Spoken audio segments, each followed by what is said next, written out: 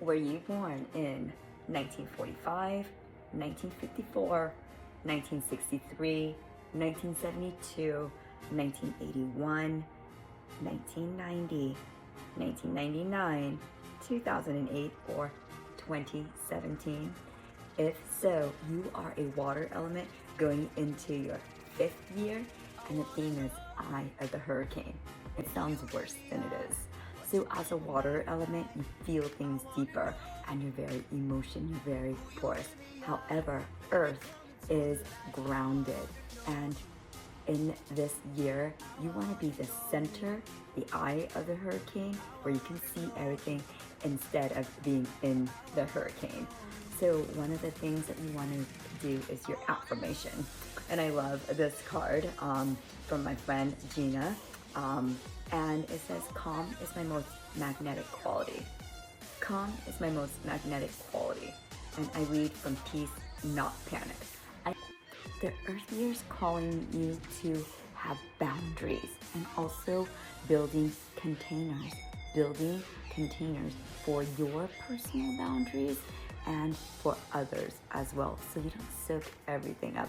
It's about nourishment, and it's also about being centered. You want to move from emotional overflow to emotional mastery. You want to build routines, spaces, and practices that anchor, so that when life gets loud, you are calm. 2025, you were called to build the dream and feel the currents.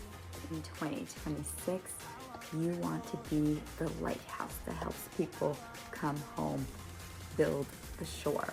The more you ground, the more you'll see which storms are not yours. And when you do, brush it off. This is not mine. This is not mine, and toss it. Breath work is huge. So the box breath may be the best for you because it's a little container. So breathing in 4, do it with me now. Hold for 4. Exhale for 4. And hold for 4. Do several rounds of this, 5 preferably. And you want to have slow, repetitive movement, walking the same routine. Tai Chi, restorative yoga, yin yoga, using a weighted blanket so that you sleep better. Carry crystals with you to anchor in. At home, create a sanctuary. You want to have like one chair, one couch, one area that is designated for stillness, journaling, prayer, or quiet tea. You know I love tea. And do the butterfly pea flower, perhaps coming to one of my tea ceremonies. The other thing that you want to do is adding earth tones and textures. Each week, choose an area to declutter. Declutter.